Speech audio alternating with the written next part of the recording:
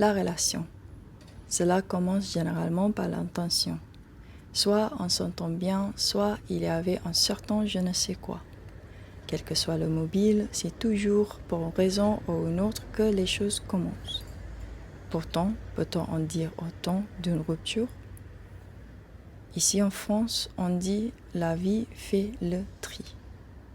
Cela signifie que la vie élimine ce qui est mauvais pour nous pour laisser la place au bon. C'est pas nous qui décidons, mais la vie. L'idée que ces phénomènes se produisent en dehors de notre contrôle et donc de notre responsabilité. Mais comment se fait-il que ce qui a été réalisé avec une intention particulière soit mis à terme par une puissance indifférente?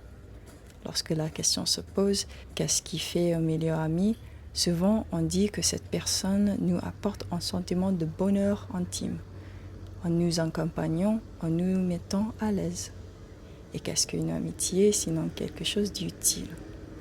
Une relation qui nous libère du fait simple de survivre à la vie et nous donne la possibilité de bien vivre.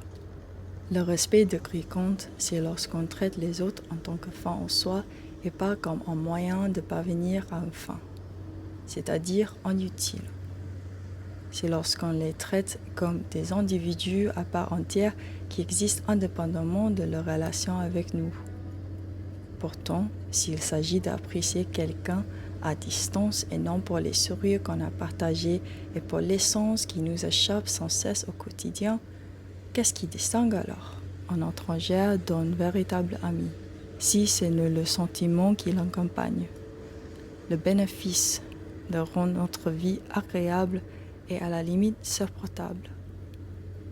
Cet aspect utile de l'amitié met alors en exergue que peut-être il n'y a pas une grande différence entre le lâcher-prise, entre la vie fait le tri et la possibilité qu'il n'y ait pas, qu'il n'y ait jamais eu, qu'il n'y aurait jamais de respect pur pour l'autrui. La base des relations n'est qu'un acte de pragmatisme.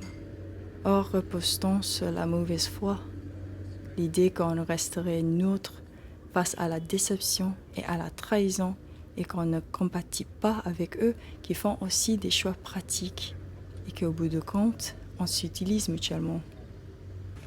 Ah, la sympathie.